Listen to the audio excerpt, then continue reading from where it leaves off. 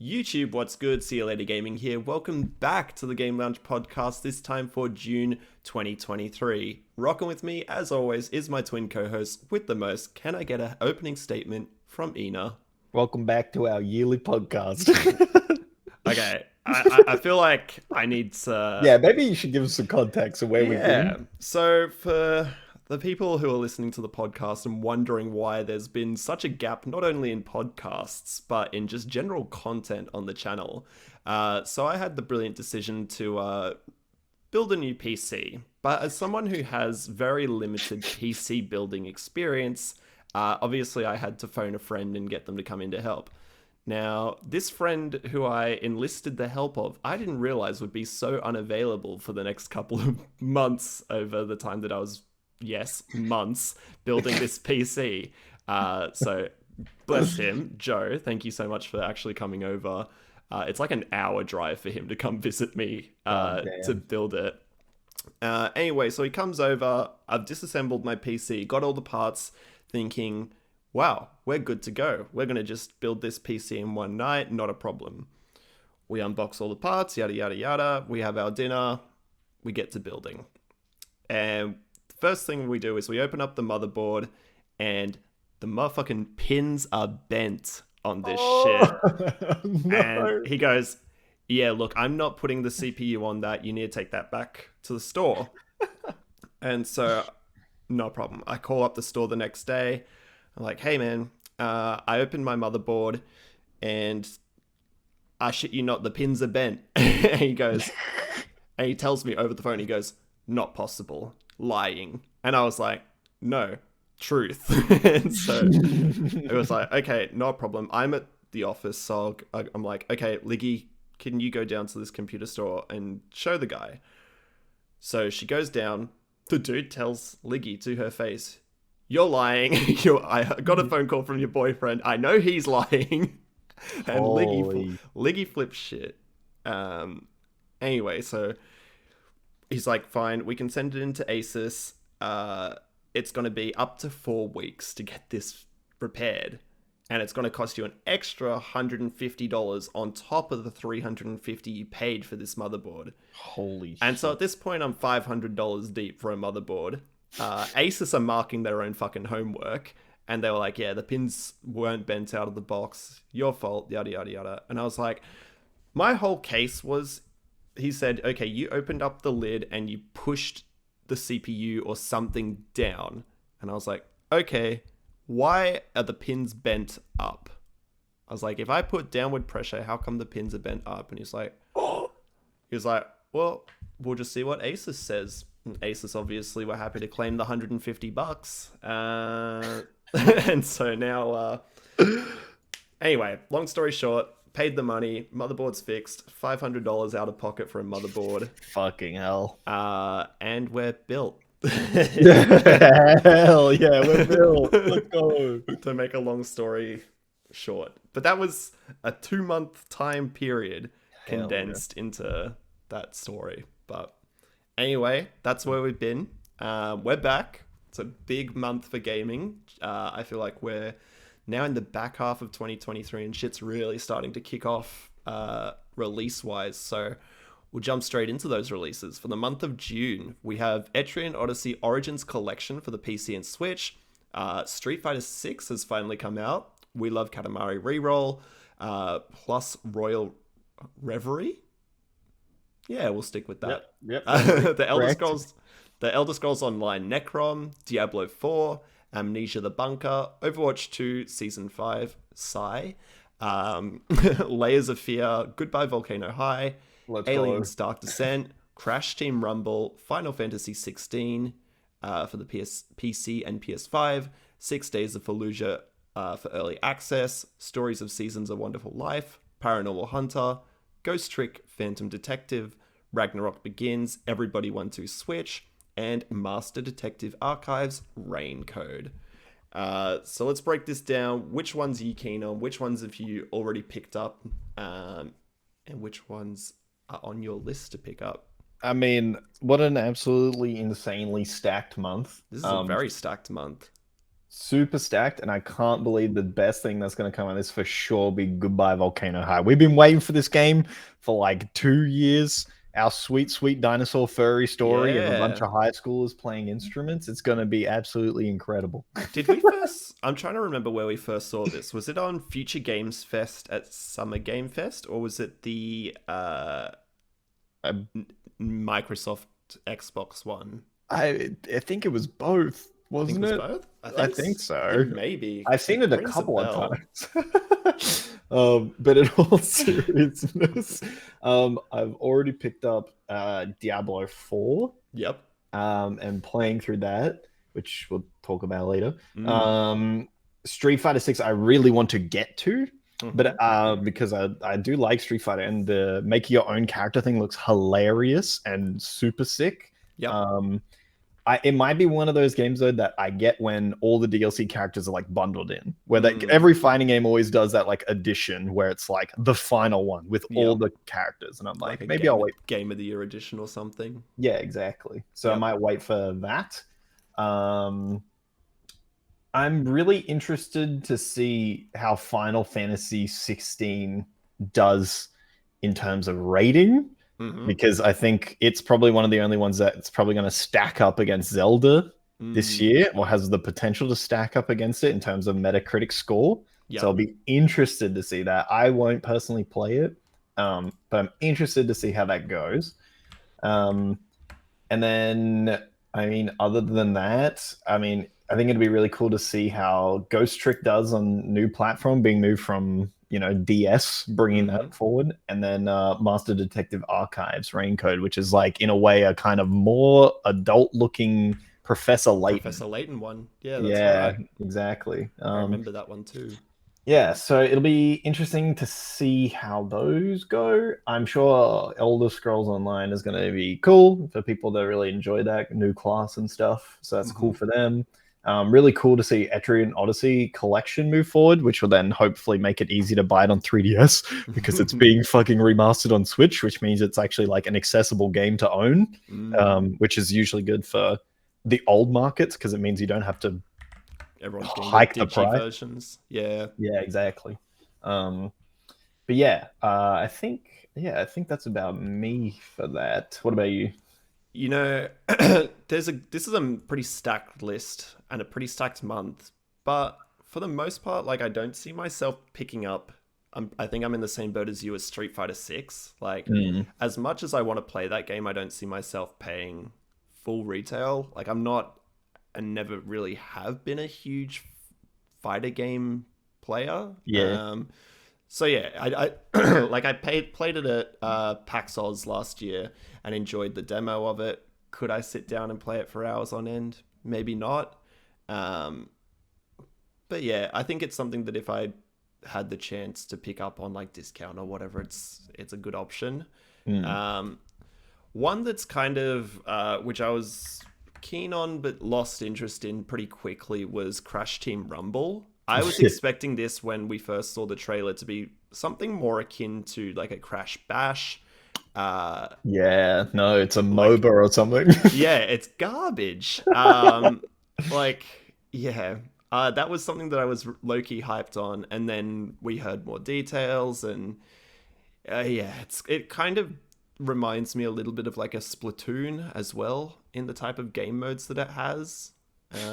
So an answer to that for other platforms, but again, not something that I can see myself paying a full 60 for. Oh my god, I can't believe you got rid of the thing from the state of play. You saying Splatoon just jogged my memory. How dare you take it off? Oh my god. Well, I'm gonna put it in there. We are 100% talking about this game. Okay. But apart from that, yeah, maybe Everybody 1-2 Switch. That could be a good little party game. I've been getting more into the Nintendo Switch type stuff, especially with Liggy owning it. And 1-2, I remember the original 1-2 Switch being pretty good as like a launch title. So we'll see. And Diablo, I don't know. I like Diablo, but I'm not sure on it. I'm not sold. Yeah, we'll talk about it more for sure. I don't the way I'll talk about it, I don't know how you're gonna feel. Like you might be like, "Oh, that does sound cool. Maybe I will get it." But also, I think it's very polarizing either Okay. way. Like, Or yeah, for casual people who like Diablo casually, yeah. yeah. Well, yeah, we'll jump into quickly what we've been playing and we'll kind of branch off into Diablo 4 and a little bit more on that. Mm. I might start off just because I know we've got a little bit more to talk about and that'll segue nicely into Diablo. So it's been a little bit since our last game update. So I do have a couple more than just a one title. Let's Uh, go. uh, and the upsides of having no PC is that it forces you to play your PlayStation a little bit more. So True. upsides there. Since we last left off, I platinumed Hogwarts Legacy. Hey. Grind of a game. Kind of garbage, if I'm being honest. And a Ooh. bit of a slog towards the end. Unpack. So I did like the game. I thought the story was pretty good. Mhm. I thought the spell casting was fun, but after a point, it becomes very repetitive. The trophies were very heavily collectible based, and you needed to collect every collectible in the game. It was very Ubisoft esque in that manner. Uh, There were 625 collectibles all up. Holy Jesus Christ. And to add to that, they don't show them on the mini map or the world map at all. There's Brother, no, can I interest you in a game called Zelda where there's like 1,000 Koroks? yeah, like Not on the map. this is true. But also like that's fine because it's not necessarily tied to a trophy or something that's No. necessary for completion. Especially well, I mean, I say necessary for completion. It is like a prerequisite for me. But yeah, that was it was an okay game. And I've Hmm. sold it off, so it's like I'm not going to play any DLC or anything that might come out for it. But From what I heard, it sounds like it was a good. If you're a Harry Potter fan who's a mm, casual gamer, it's really good. yep, But if you're someone who is a Harry Potter fan who is a, let's say, a more involved gamer, mm, it's just okay. yeah, agreed. I agree with that sentiment 100%. Hmm. And there's a couple of friends who have been waiting for it to pop up on the Switch. And I'm just like, one, I feel like this game's going to run like hot potato garbage For sure. on the Switch. For sure. And two, uh, it's like, it's a 50-hour game.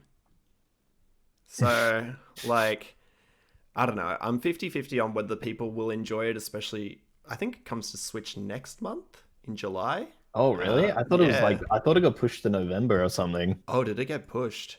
Maybe I'm like completely talking wrong here, but I thought it got like a like deep pushback.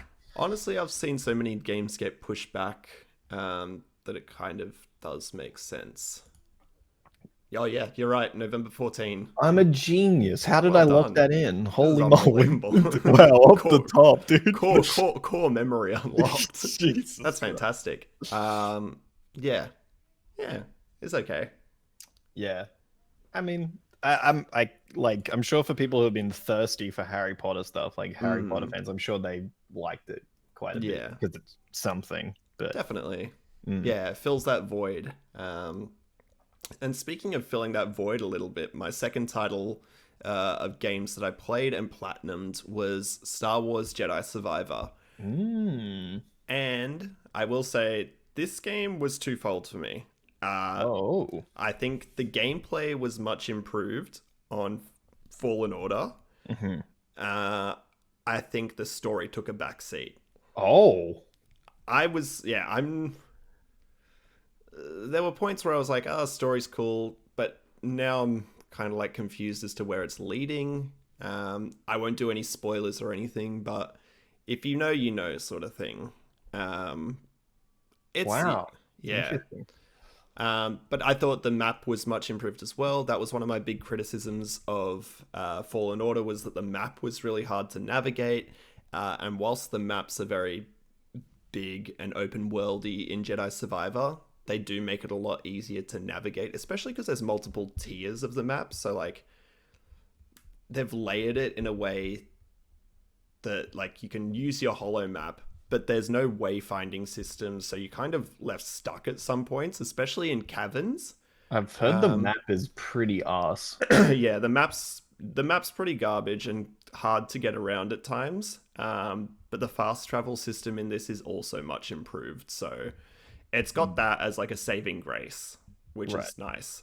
So you can kind of backtrack and move forward a bit easier than you would in the previous game. And it's not, I don't know, I can't say it was less glitchy than the last game, because I had it loaded on the additional NVMe, so it should have been a bit faster, but it would just crash at random points in the game. And because there was no autosave feature either, you'd sometimes be stuck backtracking or left at certain points where you couldn't go forward. And so one of the points in the game, I needed to go up an elevator to progress the story, and it just kept crashing. And they put out a patch release, and I was like, okay, this is going to improve it. It's going to get better. What do you know? It crashes yet again every single time. And so I just did other things, and I found there was another way to get around this point, essentially. Holy shit. I heard it is, from like watching a bunch of reviews and stuff, it does seem like a technical fucking mess. Yeah, it's a bit it's a bit of a mess in that sense, but they've also removed some things that were a bit glitchy as well, like the poncho. Like that's now something that you can find in game, which also helps out a little bit, I guess. Right. Yeah, but overall good game, and again another 50-hour game. So damn, wow, you've been slogging through the big fellas. yeah, man. So the next one would have been a palate cleanser then. Yeah, the next two have just been like, for the past I think 2 to 3 weeks, I've just been doing like smaller games. So one of them was Burly Men at Sea. I finished that in like a day. It's essentially like, for those of you who haven't played it, it's a branching story arc game where you essentially choose your own adventure, but it's limited in the amount of adventures that you can pick. So it's like you pick one, and then you have an option of two. You have an option of two. So very, very small, very quick. That was fun. And then I played Maneater, I think. Hell yeah. The Game shark? of the year, baby. Yeah. I actually had a great time playing this. It was a nice it was a nice reprieve from like the 50-hour slog, and just jumping in as a shark and ripping seals and people to shreds. I bought this game on release.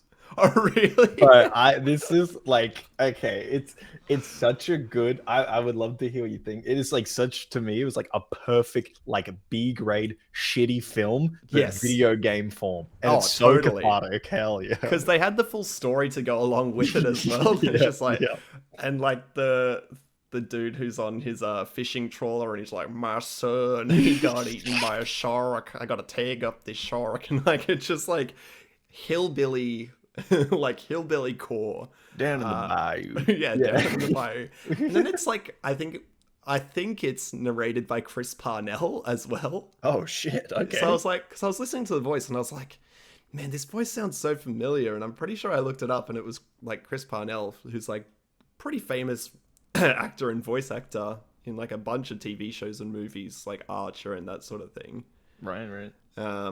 But yeah, that was awesome. That was a good therapeutic game. Yeah, for sure. It's good. And then this one I as well just finished as well. Ratchet and Clank Rift Apart.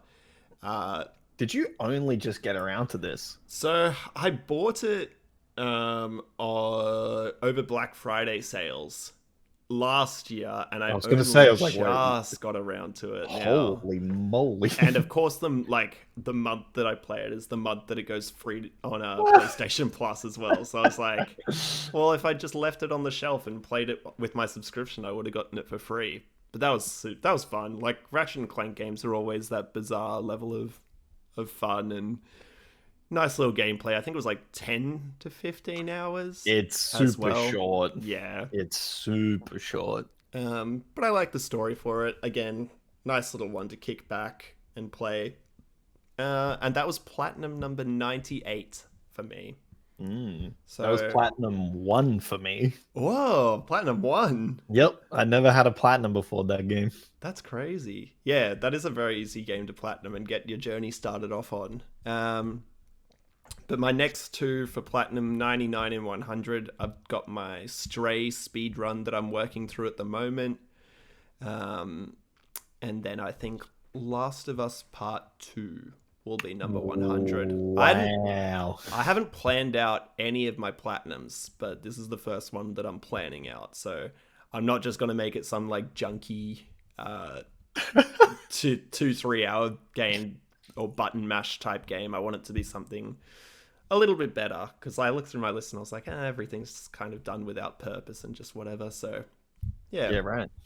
and that's my list. That's what I've been playing for the past like 2 months. Hell yeah. I love that for you. Thank you. Yeah, nice to bring something to the table. I know how you feel now. I do have a final question for your list, though. If you could numerically rate each of these 4 that you played, what would you give them? Numerically? So like... Yeah, it's like 1 to 10. 1 to 10? Hogwarts Legacy, I'll give like a 6. Jedi Survivor a 7. Maneater... Go with your heart. Go with your heart. It's so mid-tier. It's so mid. It's a 5. No. No. It's good, but I can't say that it's like anything. I can't say that it's above any of the others. That shit is a 98. That's a 98. And Ratchet and Clank Rift Apart, even though it was short, I'll give it a 6 or 7. 6.5. Wow, that's low. Yeah. I mean, it was good. It was fun, but I don't know if it's like anything spectacular. It's let's talk about Rift, because I haven't had anybody else that's actually also played Rift Apart. Rift Apart is so short that I couldn't remember it. Like all the other games, 1, 2, 3, Gladiator, things that I absolutely destroyed through my childhood. Like those discs were probably raw by the end of how many times I ran those things through the PS2, right? Like I played the ever-loving Christ out of those games, but all of them felt so long. But I can't tell if that's just my old memory, like rose-tinted glasses, but they felt much longer than this game. But I can't remember. It's not just you. I played on the PS3, like I bought the Ratchet and Clank trilogy, and I'm still working through them. God damn. So, no, they are definitely... This one is definitely quicker than... But is this because I haven't done multiple playthroughs? Maybe that's the thing that's throwing me, is that those other games I went through so many times, and this game I did 1.5 run-throughs, and I'm like, I'm good. Yeah. Like I don't know. I just didn't find the story very spectacular. I thought I think it's still the best looking video game. 100%.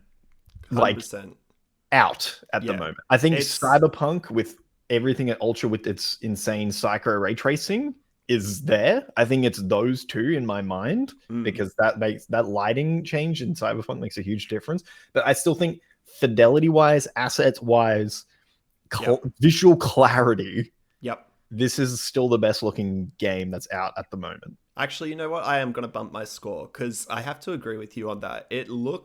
I think it's one of the best visualizations that the PlayStation 5 has had to date. Like it looks fantastic. Its colors pop way more than any other game that I've played on the PS5. To its credit, no crashes, no bugs, no glitches either. Oh man, it ran so smooth. Like silky. You don't. It's weird to say that like you can play through a game and that's an upside to it. It's like, man, like, wow, this game didn't break. This sure is one of the games of all time. For sure. So no, I definitely give it credit for that, because it was buttery smooth. I just think that its gimmick was not cool. To be honest, like whoa, look at the SSD and how it can load very small other environments from within each other. I'm like, okay, that's just a gimmick. Like, cool, but that's not. It didn't really. I was hoping it would be like worlds. You know what I mean? Like jumping between worlds, not like small contained levels within portals. You know what I mean? That portal feature was pretty cool though. Like it's cool, but it's just so not utilized in a way that I Yeah. thought was very cool. Like it was all very small Yeah. stuff. Because the world stuff was all done through cutscenes. Yeah, pretty much. Yeah, Uh, like pre-rendered, but no, but it's good. yeah, for me it was like a 7.5. Like 1, 2, 3 and Gladiator are all just like fucking tens for me. Like Mm. I could be rose tinted glasses, but I have gone back and played one recently. I'm like, yep, this shit's still good. But yeah, I don't know. This one just didn't hit the same. Maybe it's because we're Yeah. older and become more jaded. But I'll I'll tell you right now, I like literally just finished this game on Sunday. Mhm. Uh and I could not tell you what the story was. Like with detail for each part of the story, I couldn't tell you what it was. Like I know overall what the story was and what was happening, Yeah. but I don't understand like half the parts through it because it's so short, they just rush through certain points. It's very short. It probably could have done with some expanding on stuff. And also just like, I don't know, they just retreaded old ground. Like Yeah. Nefarious and then just like a twin evil, even more evil Nefarious. And like Yeah. we can move from the Nefarious thing, like give us like a new villain to hate, like Mm. whatever. And I also just feel like some of the like I don't know, this could just talk to like my sense of humor, but bro, Ratchet and Clank 3 and some things in Gladiator and 2 are still hilarious. They Like, hold up. my God, the part in number 3 where you go to get Quark and he's just like, how was I supposed to know she was your sister while he's talking to a monkey is like one of the funniest things of all time. And I'm just like, there was just no humor like And no that. innuendos. No, none at all. And I'm just like, bruh, like give me something. Give it Yeah. like yeah, because it's like a kids game, but there's jokes in there that are for parents, Yep. like or like older people, and you go, haha, that's hilarious. It's like old Disney, right? Where there's like Yeah. these crazy innuendos, and you're like, that's funny as an adult, and then as a kid, you're like, haha, I don't know what I'm laughing at. But Just like, haha, funny character on screen.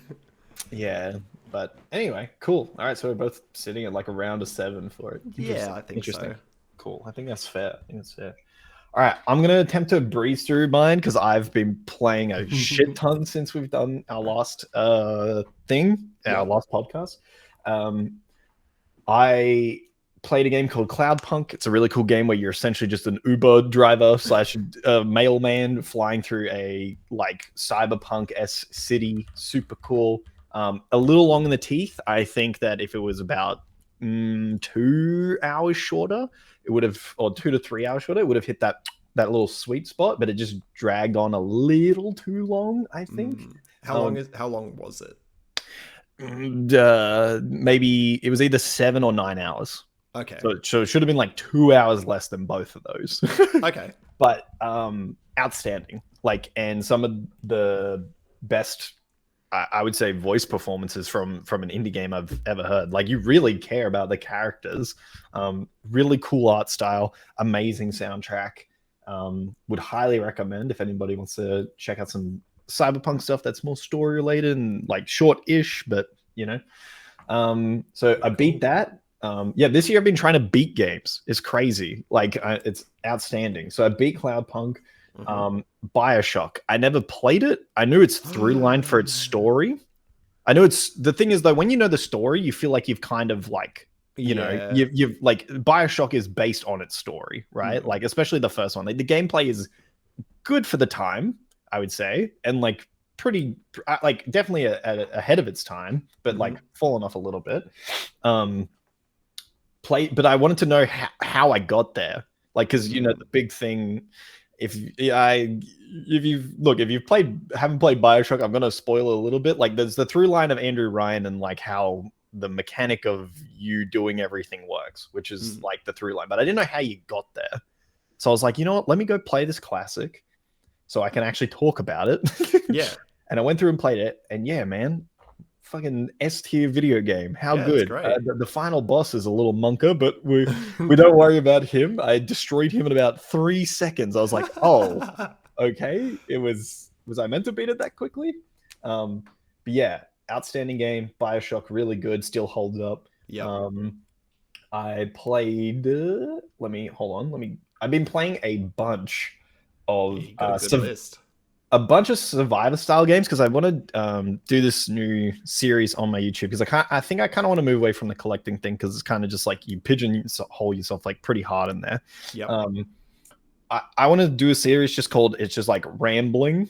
And because like in my head, I'm just like, I haven't done anything on YouTube in ages either, but my favorite thing is just talking about games. And most of the time when I talk about video games, I'm just rambling anyway. So I kind of just don't want to go with the script and literally just straight off the dome piece and just talk about these things. So I've been playing a bunch of survivor style games, aka like Vampire Survivors, which like essentially has now started its own genre, which I'm just calling like survivor likes because that's what they are, man. They all have like the same identifying mechanic, which is kill thing, get XP, upgrade an ability of something, get items and stuff in game, and then like you have a meta progression outside, which is kind of like roguelike for sure.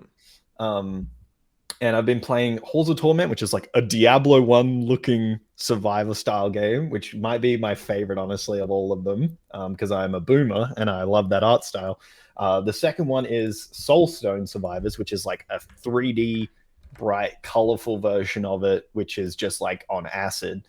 And then there's Vampire Survivors, which is like the OG, the one that started it. And there was a bunch of others that I have like on a wish list that I'm going to get through and play. And then I just want to do a whole video on this genre, just rambling, just like incessant things that I like about it, things that I don't like about the like core fundamentals of this genre, and just stuff. And yeah, they're cool. If you know what survivor type games are, it literally is pretty much like roguelike, and there's a meta progression outside, which is just upgrades for yourself when you hop in game. And then your goal is pretty much to live 20 to 30 minutes, getting an insane build put together.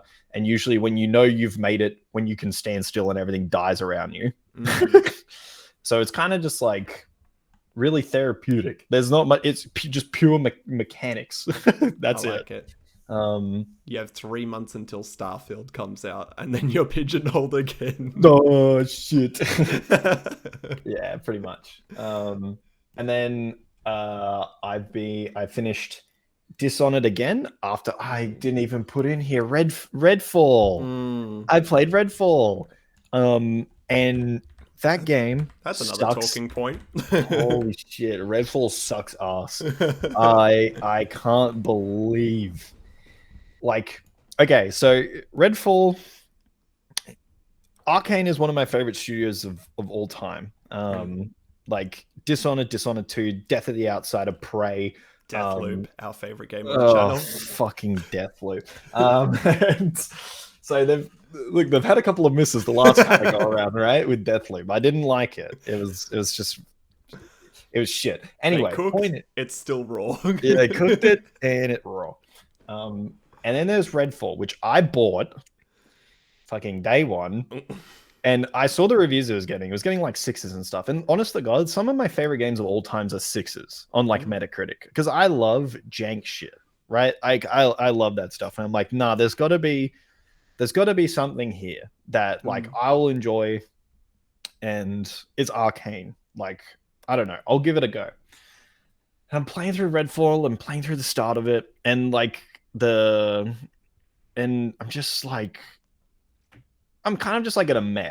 You know what I mean? Like I'm playing the game like this is just like meh. It's not like the worst thing ever. And people were definitely over exaggerating how bad it was at the start, right? And I was just like, I'm like, it's not that bad. Like it's definitely repetitive. It's kind of like a shell sort of. And then I got to the back half of the game, right? Because you start in this like first zone, this first like area, and then you move to the second. I'm like, oh, here we go, a little something. Nah, so like there's just this mechanic where you do these side missions to fight these bosses, right? The bosses I would kill with one stake out of a stake launcher. You then fight something called an underboss, which like that's what those are called, the underboss. And then you have like the boss of like the area, which I proceeded to then clap its cheeks in also about like the same time frame, just a couple of stakes through the thing. And like the thematics were cool of those like bigger boss locations. And when I went to the next area, I was like, okay, maybe we got some new mechanics and new things kicking in now. No, just do it again 3 more times. So you've got to do, and you are gated by side missions. You have to do the side missions to fight the underbosses to then go do the main bosses. Otherwise, you cannot do it. That sounds like Hogwarts Legacy, where they just trap you with side quests. Yep.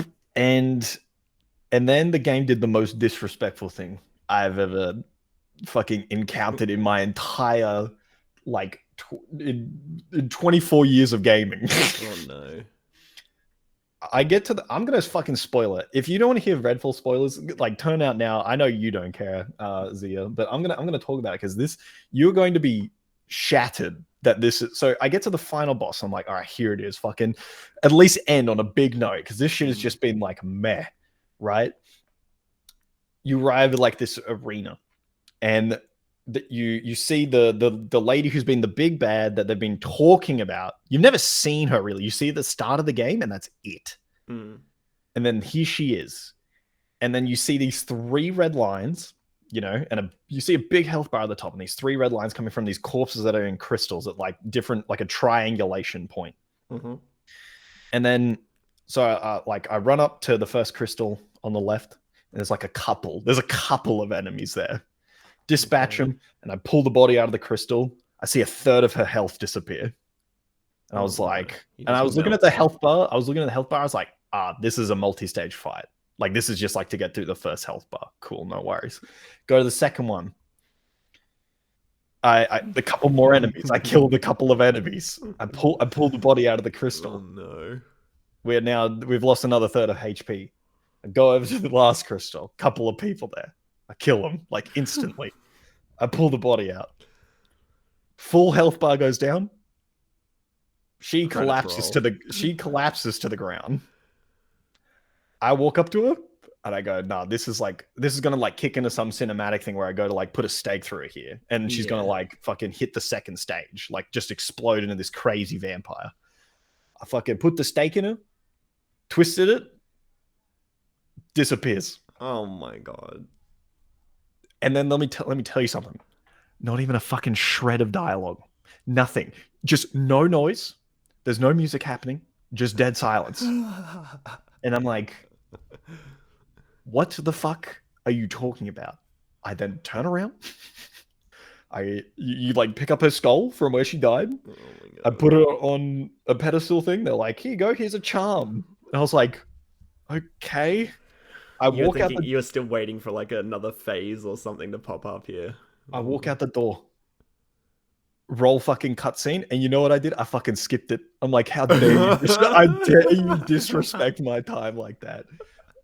Absolutely not. I will not be fucking doing this shit. I will not be playing out your silly little drawn cutscene at the end for how you have just wasted my time with the worst boss fight of my entire life. That's shocking.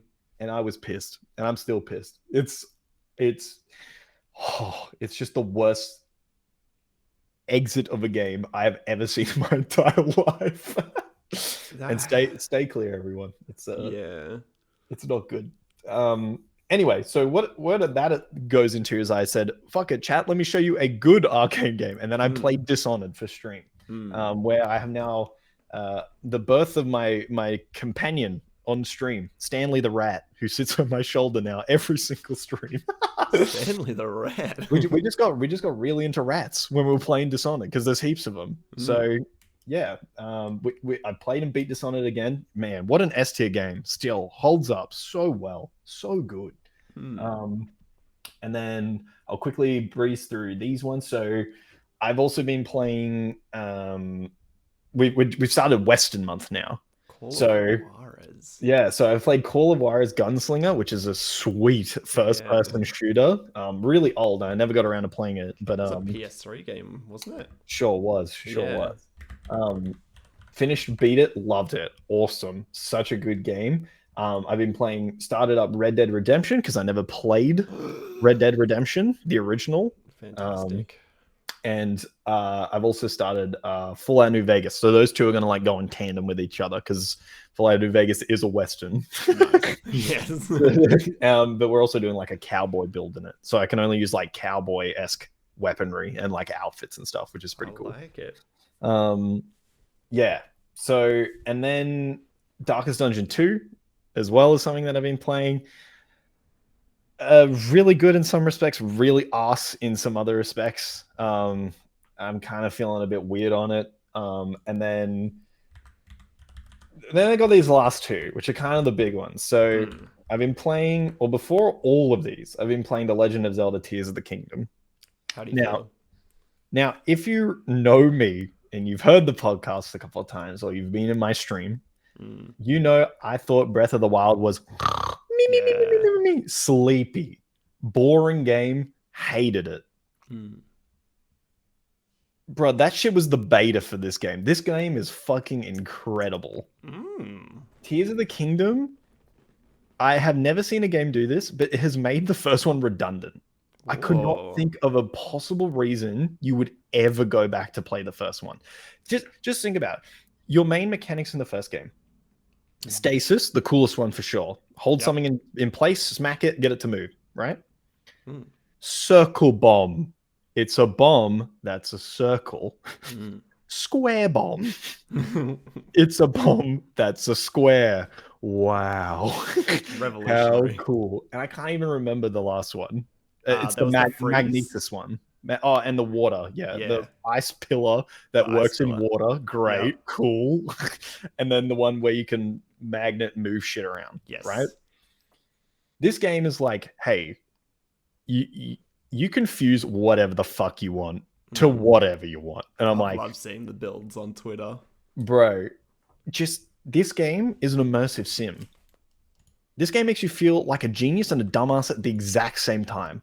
Like you're in a dungeon, okay? I use this example on stream, and it's not really a spoiler. It's like just one of the shrines where you get like something to boost your health or stamina, right? There's a shrine about like connecting bridges. So you use like the tool to like basically try and make bridges to get across to the next section, right? Yep. I build the first bridge, I attach it to like the next pillar, make it firm enough that I can like walk down a central pylon. And then I get to the next one where it's like a little more confusing, and I'm like looking and I'm like, I don't really know what's happening here. And I'm like, I could build a bridge, but what if I just grab this cube that's sitting here randomly and I just put it up on the ledge it wants me to go to, and then I use the ascend ability to just go through that cube. And guess what? That's exactly what I did. I said, fuck building your bridge. I'm going through the cube. And that's what I did. And then I'm like, I'm this world's smartest individual. There's no way they intended for that to be the case. Definitely not.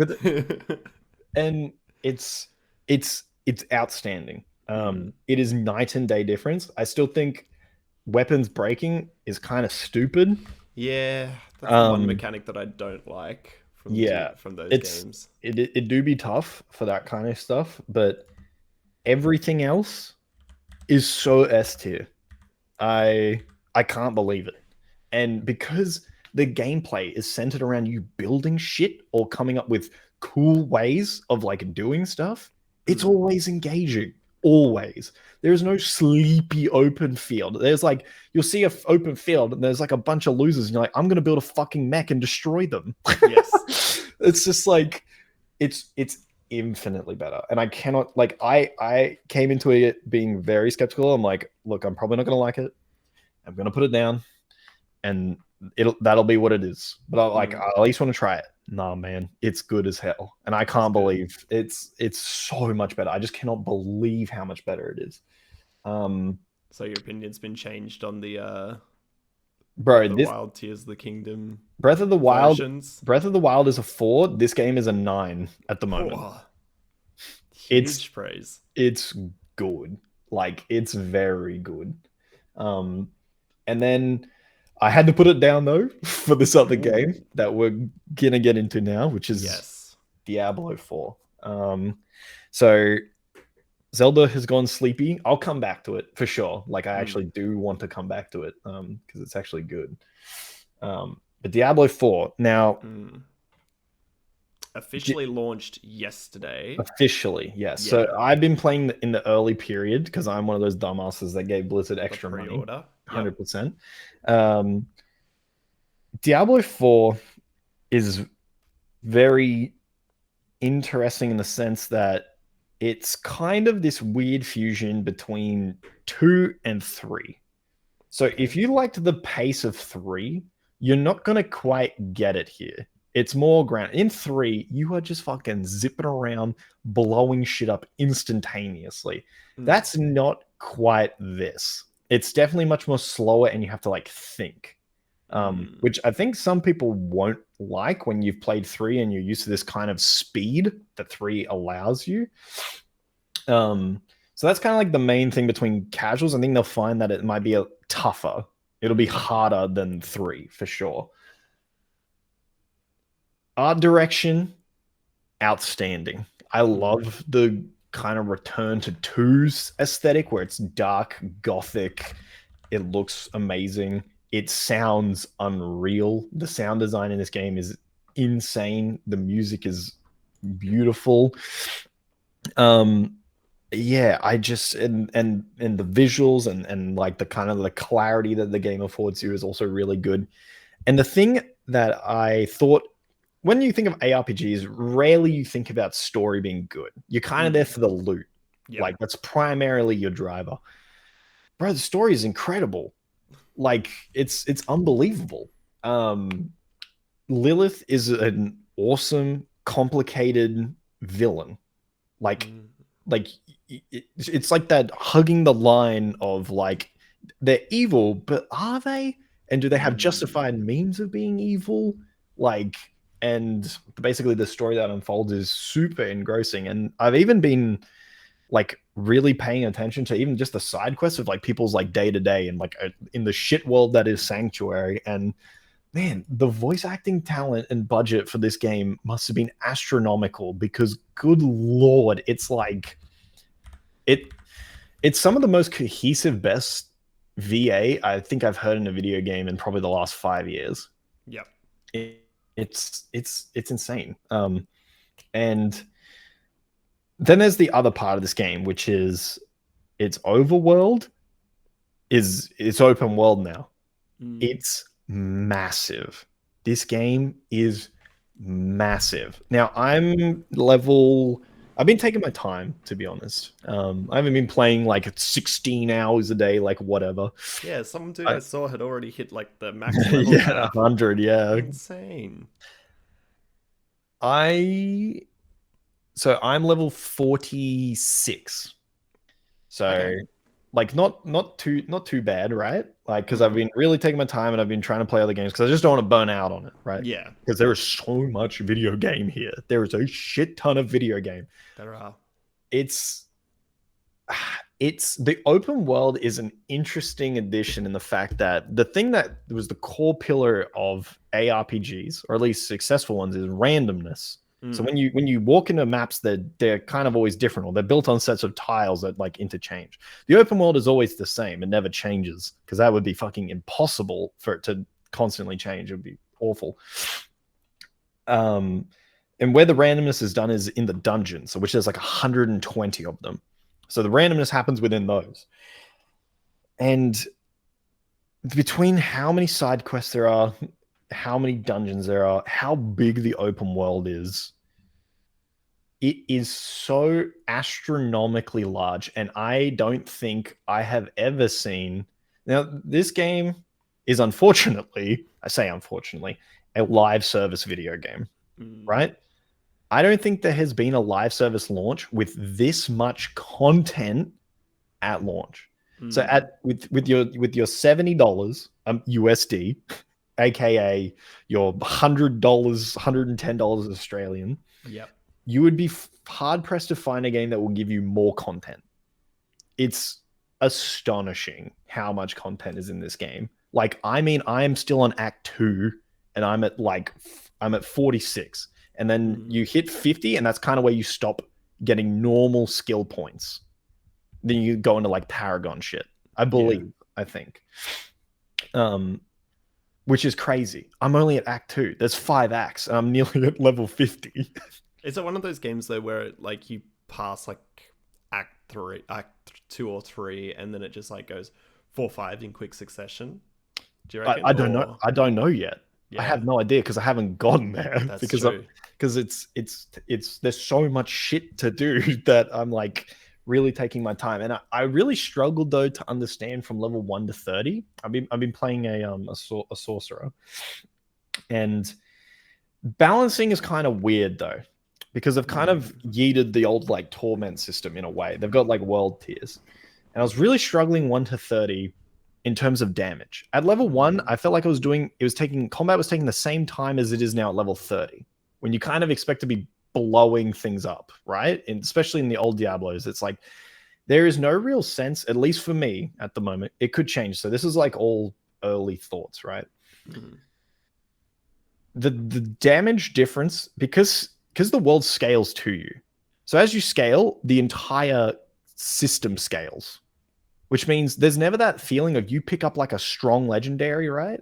There's never that feeling of like, I'm now going to crush the next 5 levels at this difficulty. It's like when in D3 you find this insane legendary weapon, you're like, all right, baby, I'm bumping the difficulty up because this is going to now enable me to get more loot to go to a higher difficulty. That never happens.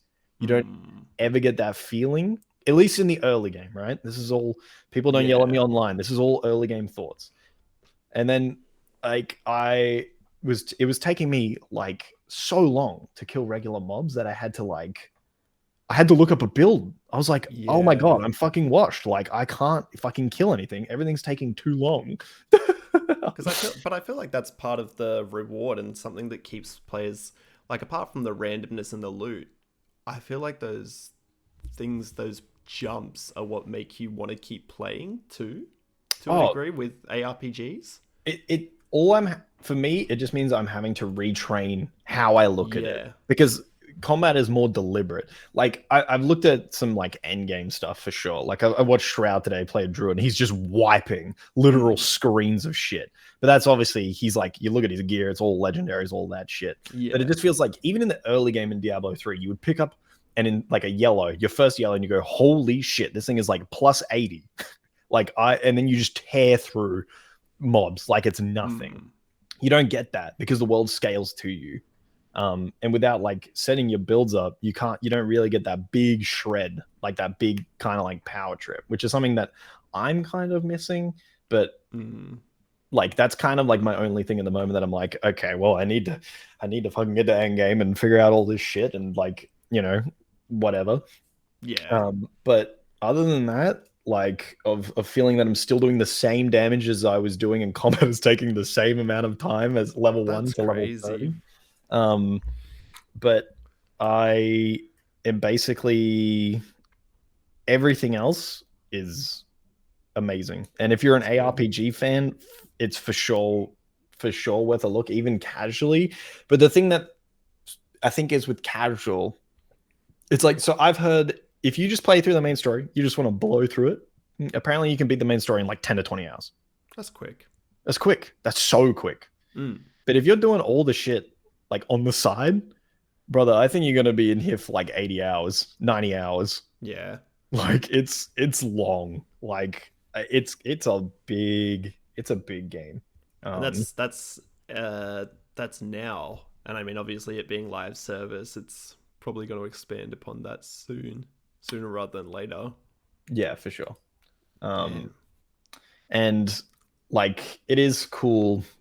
Like everything else is very good though. The only thing that's throwing me is just early game balance and having that feeling of like you're getting powerful, which I haven't had that feeling yet. But that's probably more going to be like end game stuff. Is it the class that you've picked maybe?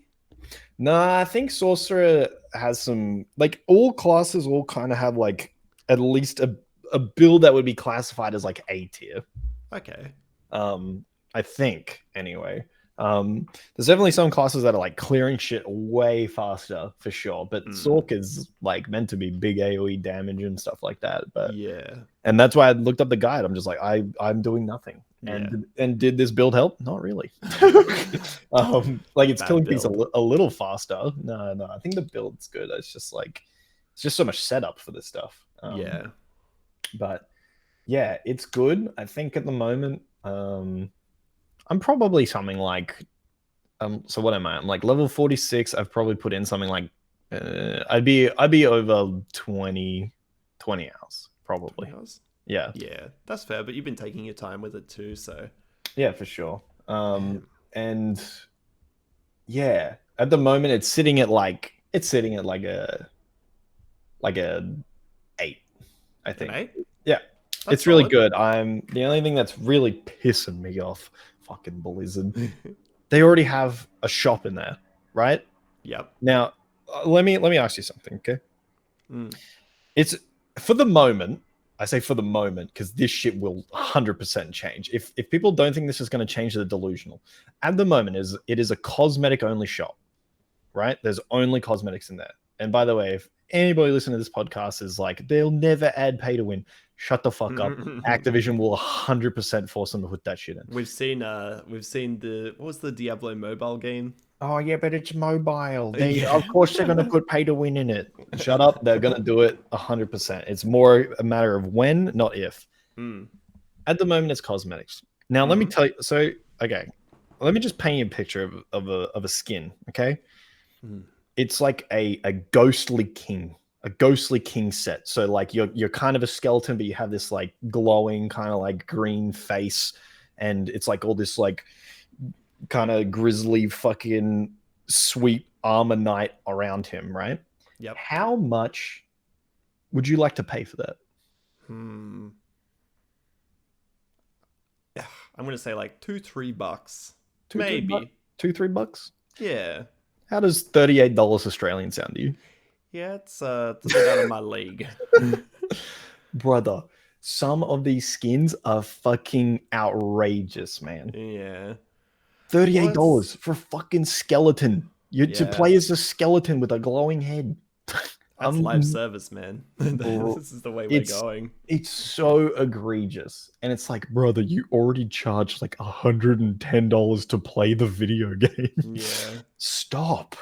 It's so annoying. And yeah. God. And the thing is, though, like the only way you beat this shit is by voting with your wallet. And guess what? MFers are going to buy that shit. 100%. It's so dumb. And I hate it.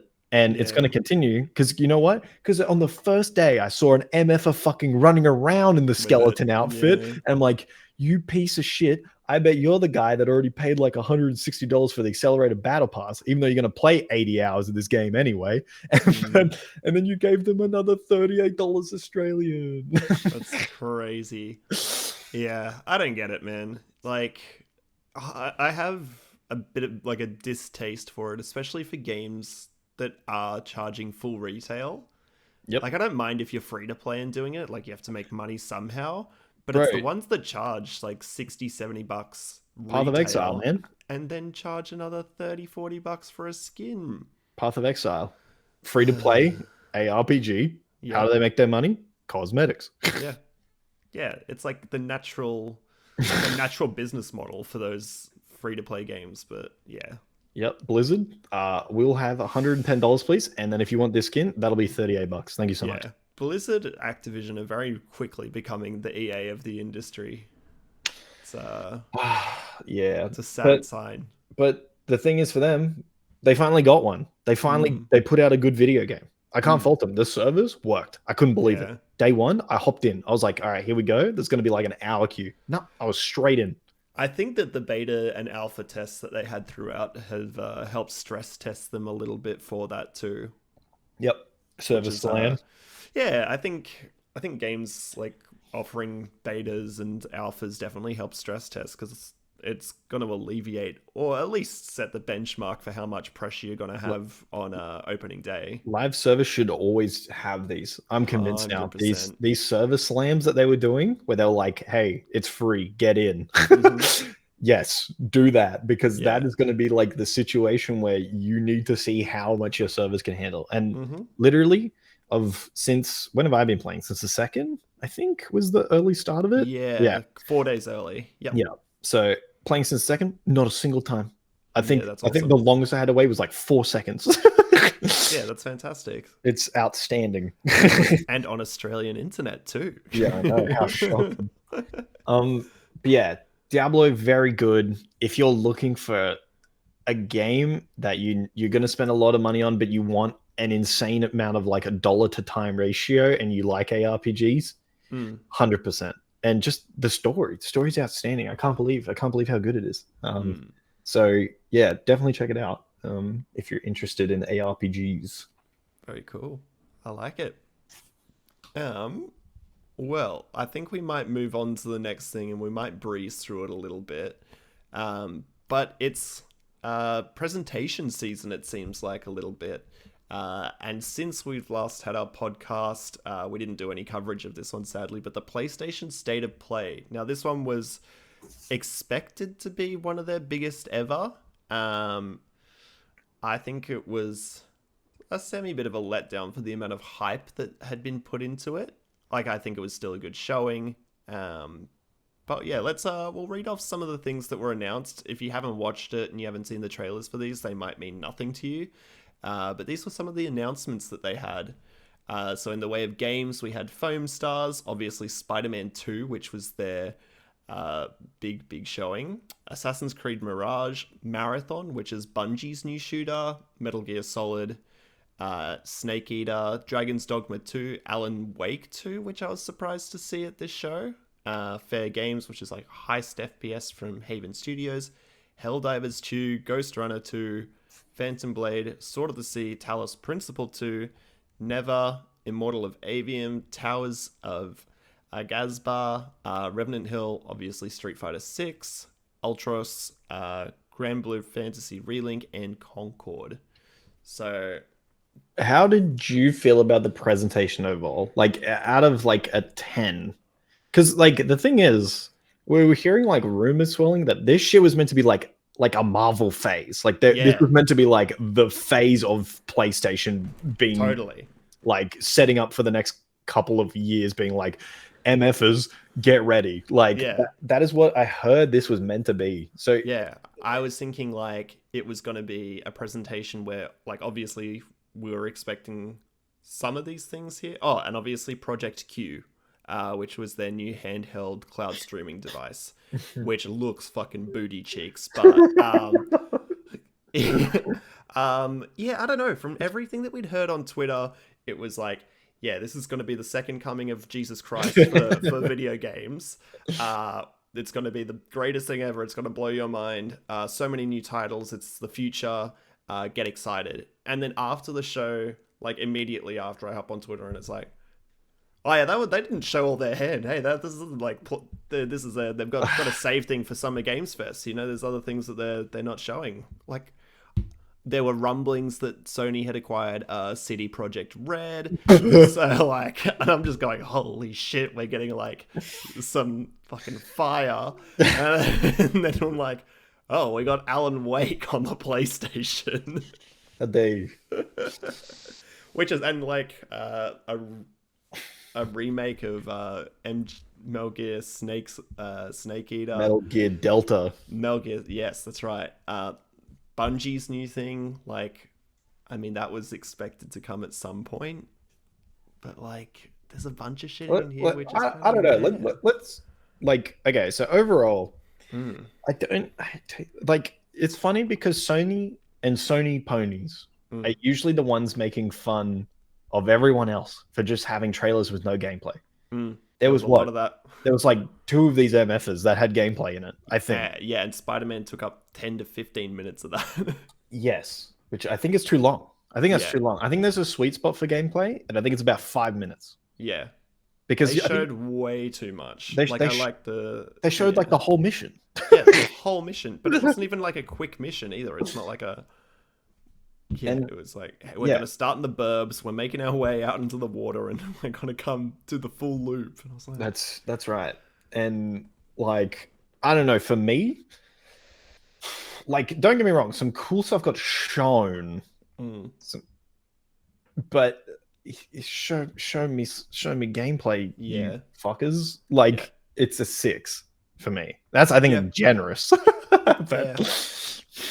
my initial rating was like a 6.5, so I'm pretty aligned with you there. So yeah, I think a bunch of the shit was pretty forgettable as well. Yeah. Like, I think we should just run through them. I think we should go down the list and talk about how we felt about seeing them. Yeah, for sure. Well, I think you were pretty hyped on that first one. Oh, baby! Now this is a classic. This is honey. We have Splatoon at home energy. Yeah. Foam Stars by Square Enix. I've never seen a more dead on arrival game than this one. And apparently there's also rumors that the servers for this have already been turned off, in the way that this game has 6 months alive on servers and they're off. Like they've already canned them because they know how DOA it is. You know what the biggest thing and prover of that ever is? You Google foam stars. It's not a lot of great stuff. It's just so like, okay, here's the intel we're missing, by the way. Splatoon in Japan is gigantic, by the way. We don't really think of it in the Western society. Like it's decently sort of big-ish, but not really. But in Japan, Splatoon is huge. Like it's a gigantic game. This looks like Square Enix going, hey, like we may as well also release it in the West. But this is like, I think them trying to get into the Japanese market to get over I don't even know what fucking genre you call a paint like. I don't know what I don't know what Splatoon, a third person paint like. A bunning simulator. It is just such like, and they got like the Fortnite models going on. Like, it looks so dumb. Like it looks like some metaverse shit. Like, I don't know. It looks horrible. And I was like, this is what we're showing? Yeah. We bought a spot in this showcase to show foam stars. I don't know, man. Like, I was laughing my ass off. Yeah. Yeah, that's a dead on arrival game if ever I've seen one. Yep, 100%. That will not take off in the West, let me tell you. No, definitely not. This next thing on the list we might move to the bottom and talk to more. Yeah. Spider-Man 2, I think we've kind of spoken about a little bit. I think, that trailer was a touch too long. I thought the swapping between Miles and Peter was pretty awesome, though. Let's make this shit like GTA 5, baby. Yeah. Apparently the map is going to be quadruple the size of what it was. Well, because now it has Queens. Yeah. And it has the boroughs. The boroughs. Yeah. Yes. Yeah, that sounds right. Yeah. Which is, the neighborhoods. Yes. Essentially. Correct. The burbs. The burbs. Yeah, I thought that was pretty sick. It was just too long. It was too long. It was too much gameplay. Like, especially in like a form of this, where you're showing your rapid fire showing shit. Don't give me a big one at the end. I kind of get it when it was like kind of E3 and like you have this one big event, right? And you're like, I've got to impress, so I've got to take up as much space as possible. Yeah. In this, you're just cannibalizing other things, and also you've now shown us an entire mission. Yeah. Just show me 5 minutes. Just do some shit where you're slinging around the city, like kicking the shit out of things with the new symbiote suit and stuff like that. Don't give me a story mission. Yeah. I'm with you, especially now, because these things are done so frequently. Like the PlayStation State of Play, I feel like we get 4 to 5 a year, and then we get the other big game shows as well. So not state of plays. We get what's the other Sony thing called? It's not a state of play. It's a just a singular show. The showcase. Yeah, well, they the one game thing. Yeah, they're called showcases. Are they? Okay. Well, they do those like 4 times a year. They haven't done it. They haven't done a state of play in 2 years. Really? Yeah. Where they've put a bunch of trailers together. Yeah, it's been a long time. That's why everybody was like, that's why it was hyped up. This is the second coming of Jesus. Like, yeah, exactly. Yeah. Anyway, I think we've said our piece on Spider-Man. Yeah. AC Mirage, I feel like that was just a Ubisoft PlayStation thank you, like gift service almost, where they're just like, yeah, we'll do some advertising for you. What did you think of it though? I mean, I've kind of been off Assassin's Creed since it moved to the PS4, if I'm being honest. Like, I never played Unity. I haven't played the one in Greece or Egypt or anything like that. I don't know if I'll pick it up.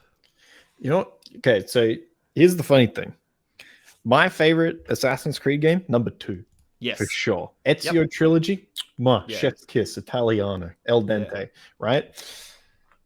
I didn't mind Black Flag. Black Flag is pretty good. I'm catching myself on words here. I am cancelled. See you later. I didn't Pride mind Month it. I too. hated the boats. Boat combat, Yeah. I didn't want it. Yep. And then ever since Origins, they haven't been Assassin's Creed games to me. They've been adventure games that should have been called something different. Yeah. Because they could easily have been spin-offs or some new title. It's just that you just weren't an assassin. Yeah, You're just a Spartan guy just a soldier who had some hidden blades, but Yep. doesn't make you an assassin. You run around in Spartan gear. Yeah. When I saw this and I saw that they actually showed gameplay for this, it looks more like a return to roots. I'm in.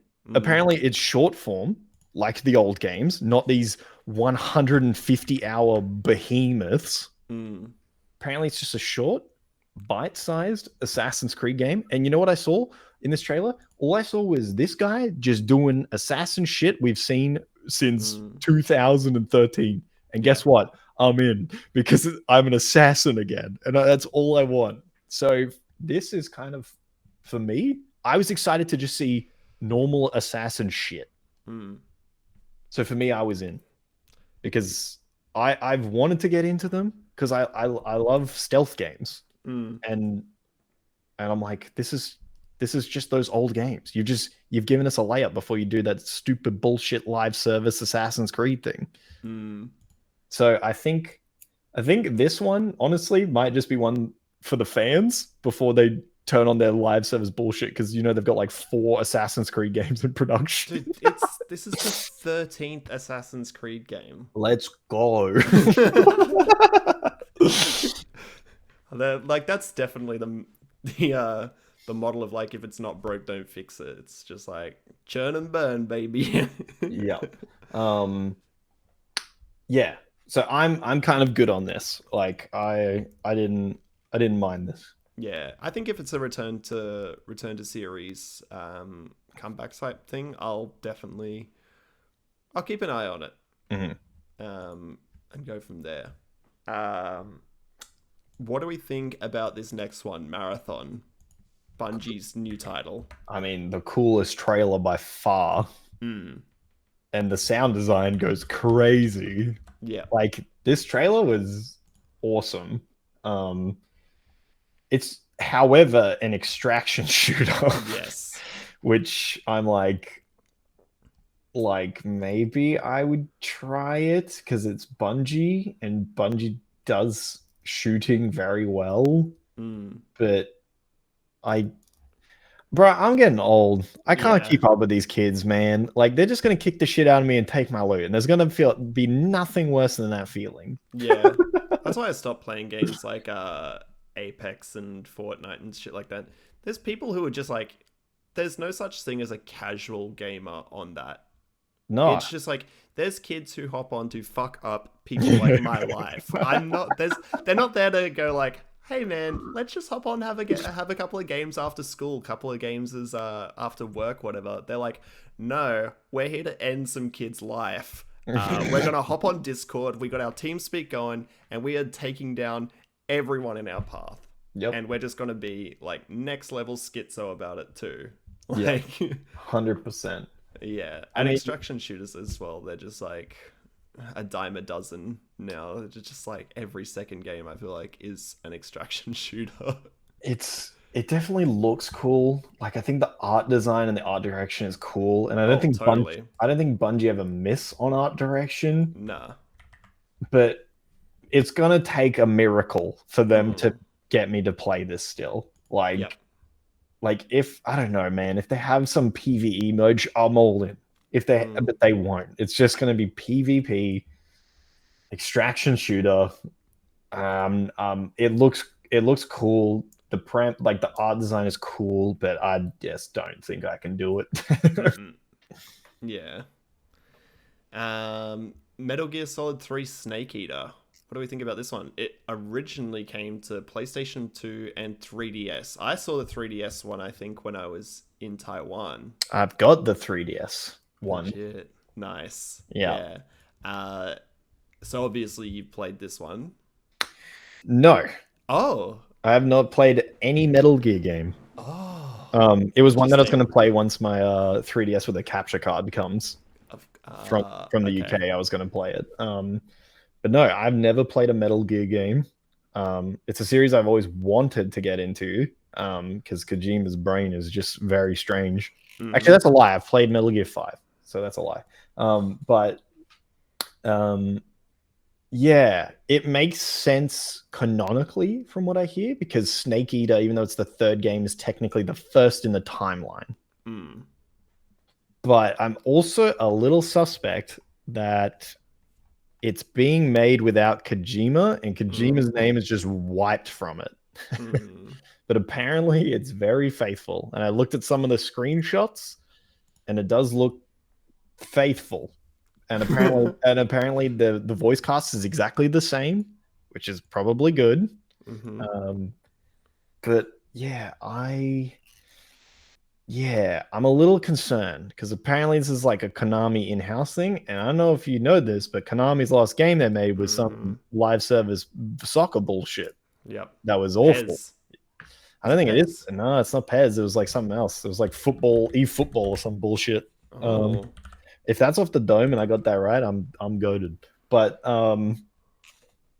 yeah, their last in-house game, terrible. So I'm a little concerned. Did you call it eFootball? Yeah. You fucking nailed that. Let's go. Yeah. How are you feeling on it? Like, I'm excited to see it, but yeah. I only played Phantom Pain. 5, yeah. Yeah. So I think then I'm at the same level you are. Man, I don't know. Maybe. I've missed like a good shooter, I reckon, for a while. So it might be nice to hop into one. But yeah, we'll wait and see. It's weird that, yeah, I'm with you in the same vein that it's weird that they're stripping out Kojima's name and kind of running with the brand and that sort of thing. But you don't know. If it is as faithful to the original, it could be a hit. Question mark? I think if they leave it identical, it'll be fine. But I think when they start retconning things, it'll get into some trouble. Well, that's the thing. And this was one of the top rated games from the series. Yeah, well, this is a lot of people's favorite. It's either this one or 2 is generally people's favorite. Yeah. So, high hopes? I have no hope in Konami, but anyway. Live service gun game. Dragon's Dogma 2. Cool. Did you play Dragon's Dogma 1? I've got it on my Switch downloaded. I was going to play it, but I've yet to touch it. But apparently a cult classic. And okay. I mean, Capcom's been on possibly the biggest winning streak I've ever seen in my entire life for game development. So yeah. It's probably going to be sick. I mean, gonna be a hit. Yeah. Yeah, I've never played 1, but there we go. Alan Wake 2. This was a surprising one for me to see at the show. Why that?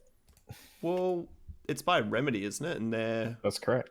And they're Microsoft's, weren't they? No. Or Alan Wake, I thought was like has previously always been. It was an exclusive. That's correct. It was an exclusive, and when the first showing of Alan Wake 2 came out last year with the that simple like guy light up the torch, that was at the Xbox presentation around this time last year.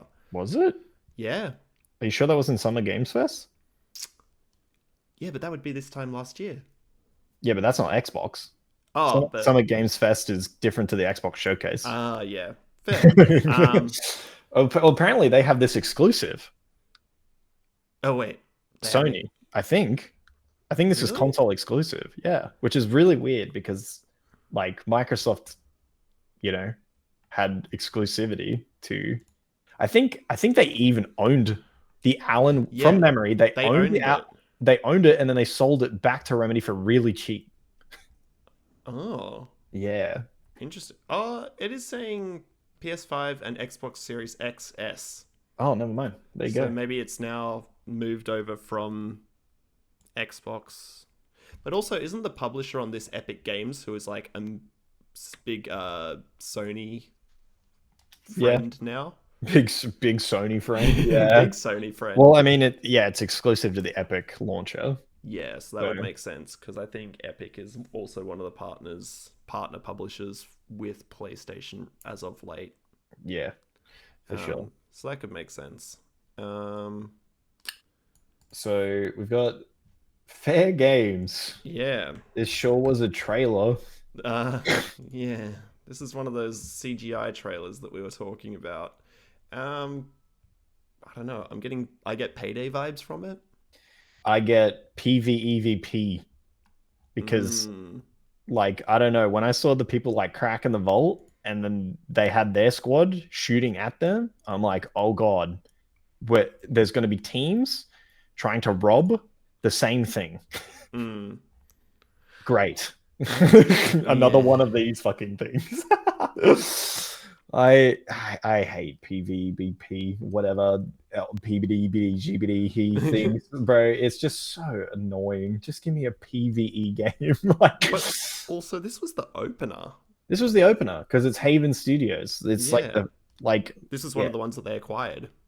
correct. This is Ray. No, Raymond. Jade Raymond. Jade Raymond. Yep. Yeah. That's right.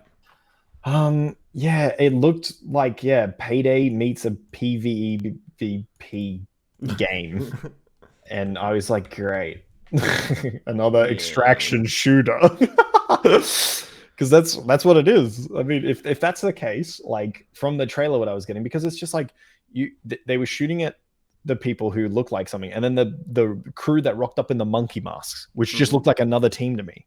So I'm like, great, it's an extraction shooter. Yeah, very possible. But everybody's like, oh, we don't know what it's about. I'm like, how could you not tell them the trailer? Yeah. Like, they're showing 3 distinct squads. like, do you know how weird it would be for a PvE game to you go in, there's someone already stealing something, and then another squad and they're all in monkey masks come in and they're just NPCs? That's weird. Yeah. Like, yeah, I don't know. I think it's another extraction shooter. Yeah. But you're heisting. Is that the theme for this year? Extraction shooter. Yep, I think so. Oh, gross. Helldivers 2. Yeah, this was a big turn from what the original Helldivers was. Yeah, we're doing the Risk of Rain thing. Yeah. Yeah. I don't know. I don't know what I think about that. I actually really liked Helldivers, the original one. Me too. The like nice top-down squad up type vibe, and now it's all the third-person shooter. Apparently, this might be a live service. It fits that model very well. It will not survive that model very well, though. No, it won't. But I mean, Helldivers 1 has been supported for like 10 years. And it was like Sony's first game to come to PC, so I reckon that's why they've like tested it. And this is why I think they think it's going to be sustainable, I guess. Well, I think they're the only second-party studio on this list. Oh, really? I think so. Yeah. Is Arrowhead second party? I believe so. Oh, they are too. They're independent. I'm a genius. Yeah, so they did obviously Helldivers 1 and Magicka. But I think Helldivers a Sony owned title? It might be, which is why it's second party. Makes sense. Yeah. Gotcha. Interesting. Yeah, I don't know.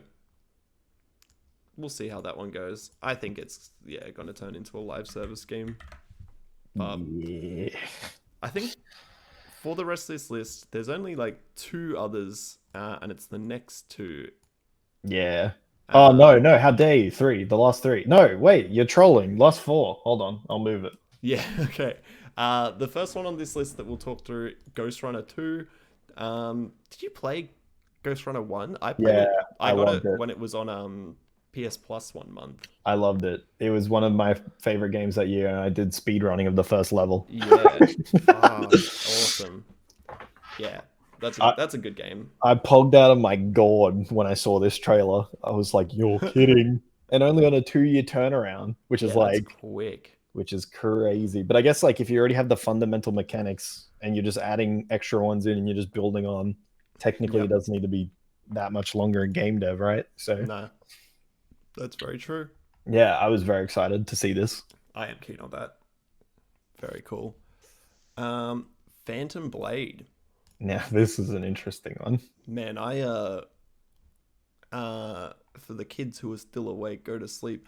I nutted a little bit from this one. Phantom Blade Zero, by the way. Yeah. Oh, Phantom Blade Zero. This Yes, was sick. this was this was I don't know, you might feel the same way. This was the first game that I saw where I looked at the animations and Fluid. I was like, this is next gen. Like Yeah. I'm like, this is next gen combat. Mm-hmm. But the problem is it hit that uncanny valley where I was like, how is this possible? Mm. You know what I mean? Like it was Yep. uncomfortably cool looking. Where I'm like, is this all like quick time events? Like because It I'm was just like, smooth. I'm like, how do you enact these animations? Like Mm. specifically the one where there was the two people coming to like hit them at the same time, and she does the leg split kick thing where she does like she hits him with one leg and then the other one with the sword and like deflects it off. I'm like, doesn't that mean it's surely going to be like an Arkham game? Because how are you going to know when to initiate that animation from your just normal attack button? Mm. So I'm thinking it's gonna kind of be like Arkham when it Like comes, Arkham? because it looked Yeah. like they were like countering and parrying off of like based on animation. Like Mm. I don't know how, because like a lot of people are like, whoa, this is an insane looking Souls game. I don't think you could have the way Souls works with what we saw. Mm. But then again, this could just be some insane magic that this studio has cooked up. And I believe they're from China. So it's once again Sony dipping into China for some Yeah. talent for sure. Yeah, it's Cruel Man Studio Which Limited. which by the way, I believe their only other game is Phantom Blade on mobile. Oh, no way. So this is their first AAA game and it looked like that, That's which is, awesome. but that's why I'm sus. Yeah. I don't know, it just looked too good. Yeah, it does But look very good. But yeah, I also hit the nut. Yeah, when I watched it, I was like, "You're gonna be shitting me!" Like, Mm. especially in the like last part where she gets low and runs Yep. towards him while cutting. I was like, "You're kidding!" Mm. But I don't know, man. Time will tell. But I think just how the animations looked, I'm like, this has to be kind of Arkham. I think Yeah. with swords, which You is know, why it looks different. it seems to be like. Have you seen the trailer for Black Myth Wukong? Yes, which is So, also suspicious to me. yeah, very fluid as well. Also, Chinese Chinese, developer. yeah, exactly. Chinese game, Chinese developer. So, I don't know what they got cooking up over there. Bro, if these are like real time systems, bro, they're built That's different next over gen. there, man. Their combat systems that they've been cooking over there are crazy. Yeah, they've been working in silence like G's in lasagna, man. They cooking up. Yeah, and I think Black Myth Wukong is another Sony thing. So Yeah. Sony's been looking into China to see what they can pull out of it, which makes a lot of sense because like when you think about how much manpower that they can Hmm. have behind them over there for like creating games, you know, Mm. I think it makes a lot of sense. Yeah. But yeah. I'm keen. I'm very keen to see what pops out in the next year or two with these games. We're looking at some special stuff because yeah, as you say, there's something that I look at and go, that's like truly next gen. Yeah, the combat looks next gen. Yeah, absolutely. And yes, very remiss of me to miss these next two and probably final games that we'll talk through on the list. Sword of the Sea So this one, if you haven't seen it, it's gorgeous. It's from the same team or same artist who did Abzu, I believe. Yeah, it's by Giant Squid. So it's got some people who worked on Journey. It's got some people who worked on Yes. Abzu, and it's kind of just a combination of both of them. Yeah, it looks like it's taken heavy inspiration, especially with his little board. His sword. Um, And then but yeah. then it's super funny. You see like all this beautiful imagery, and then you just see him hit the half pipe, and you're like, what? I was just laughing my ass off. But I'm like, I was laughing in a good way. I'm like, that's cool as fuck. But it's also really funny seeing all this beautiful imagery, all these shifting sands, and you just see a motherfucking half pipe. And I'm just like, that's so funny. But it looks great. Yeah. I mean, I'm super down for Abzu Journey. So Yeah. I love those sort of games, just like a chill game. yeah, for sure. Sit back, relax, take the stress away from the parts of life. Just chill. Yeah. Very keen to give that one a go. And then we had Neva or Never, depending on depending on how people say it. I've heard Never, but to me it reads Neva, but like it reads more like a name. But this is the game on this list I'm most excited for. It's by the team that created Greece or Greece, depending on how you say it. That's right. And it looks beautiful, and they already wanted me to cry within the first 1 minute, so I was all on board for this one. I am very much looking forward to what they've cooked up on this one, because it looks like there might even be like a little bit of combat in this one too, potentially. It just looks like a fucked up sad time, and I'm just like so ready for it. So it's got the dog companion, like Seif. What was that other game that we waited ages for? Last Guardian. Last Guardian. Except, yeah. I mean, I don't know. I think the art style is gorgeous, obviously. Yeah. I mean, coming from that studio. So very much looking forward to Neva. Very cute. I like it. But yeah, definitely welled up a little bit. The Bambi type moment. That's right. Where he slinks up into a hug. Yeah. And I guess the final thing that we'll quickly talk through from PlayStation State of Play is Project Q. As someone who's pretty keen on the handheld cloud market, what were your thoughts on the looks of this? Well, firstly, I think it looks fucking dumb. Yeah, it's just a screen slap between a DualSense. Yeah, which is very comical. They saved budget there with the design. My problem is that it just seems to me like a half-baked idea that they were like, we've put too many resources into this already, because it's tethered in the way that it's Wi-Fi only. It has to be through Sony's what's it called? Remote play? Is that what it's called? Yes, that's correct. Right? So you need to be on your home Wi-Fi. So the use case for it is when someone's taking your TV, I guess, or you're in bed and you're like, I don't want to go into the living room. I'll play a little, in bed, right? My concern with this is that it's just going to cost too much. I think if they did something aggressive with it pricing wise, I think is the only way it'll come in, because it's kind of this weird thing of like how many people are going to have their own TV not available to them to play these games, which you usually want to play on a 4K screen, but now you've opted in for a 1080p screen that's streaming the game. So it also requires you have a good internet connection, like across your Wi-Fi. Definitely. And I'm just not really sure who it's for. No. Because you also need your PlayStation on to run the game to the handheld, which means like like I'm sure like there's like some people who are fine with their PlayStation going into sleep, but there's also people that are like, nah, I'm turning it off. Like there's no way I'm leaving it in the sleep mode, Yeah. especially because sometimes that function can be a little sus. Yeah. For sure. Personal experience. Yeah.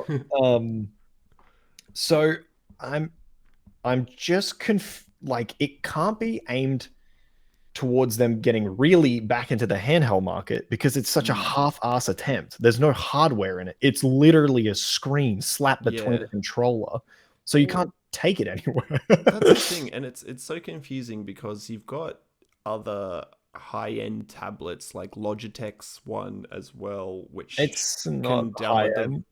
the Logitech one. It's not high end. There's not a good Oh, chip base in it, but no. it's meant for like it's Android based, so Yes. you can still take it out with you and do like xCloud and stuff Yeah. while on the go. Exactly. Yeah. But it seems like a bit more structured in that sense where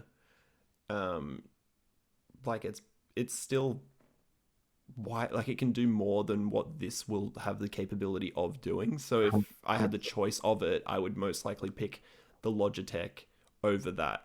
Well, Or it's something else that they've been working on and like you can just clip your phone into as the backbone. Yep. Which I've got pre-ordered for my phone because I was like, well, that's probably the better option for me because one, it compacts and I can just take it with me because I'm just going to take it for travel. Yeah. I don't want to carry something that's like a It's massive 8-inch slab screen. an 8-inch screen with the two controllers on the end of it. I don't want to carry that around. Well, that's the thing. It's meant for home. So what's the point of it? It's useless. It's like, for the most part, like I know a bunch of people who own a PS5 and they have it either at their desk setup or in the living room. Yep. And fact of the matter is, like, if I have like at the moment in our setup at home, we've got the one TV. So if Liggy's watching TV or something, that's fine. I'll do something in the office. That's fine. I don't need my PlayStation in that point. I'm not like so attached to it. I'm like, you know what? I need to spend like $800 on this little handheld device just so I can get my PlayStation fix in another room. It's like, no, I'll just do something else. I'll watch YouTube. I'll play PC games. I think the like okay, so let's do some funny clown math here, right? A DualSense controller costs how much Australian? $9,900. Yeah, it's like $110, right? Yeah. So there's your starting point. So you're already it's 110 plus whatever an 8-inch screen is to them that has a what do they say? The battery life is either 3 to 4 hours. I think it's 4 hours. And most like Android tablets, like you'd know as someone who works in an electronics store, they can go cheap as shit. Yep. So like you can get them for like $200 to $300. My parents got one because they wanted one for the house, and they literally paid like $150, $200. Correct. So you're already spending 110, and they're slapping in a 4-hour, which I think most of that battery life is probably getting sucked by the DualSense. Oh yeah. But I'm thinking top end. Let's say top end. We'll give them the benefit of the doubt. Max screen brightness with the controller, DualSense and all its functionality. 4 hours. We'll say that. It might even be less. It could be 2. I want you burning that 5G on it or Wi-Fi. Like, I don't see a world where this sells for less than, and we're talking dollar reduce here, 300 Australian dollars. No less. Yeah. And to me, that makes no fucking sense because, like, let's say US, then that's going to be what 150. $150, give or take, maybe even 200. Could be 200 US. Get a fucking Steam Deck. Yeah. What? You may as well just up yourself a couple $100. Get a Steam Deck, and then you can still play the PlayStation Remote Play app. Which you can literally get the app. You have your entire Steam library, and you can also put Xbox Game Pass on it. Yeah.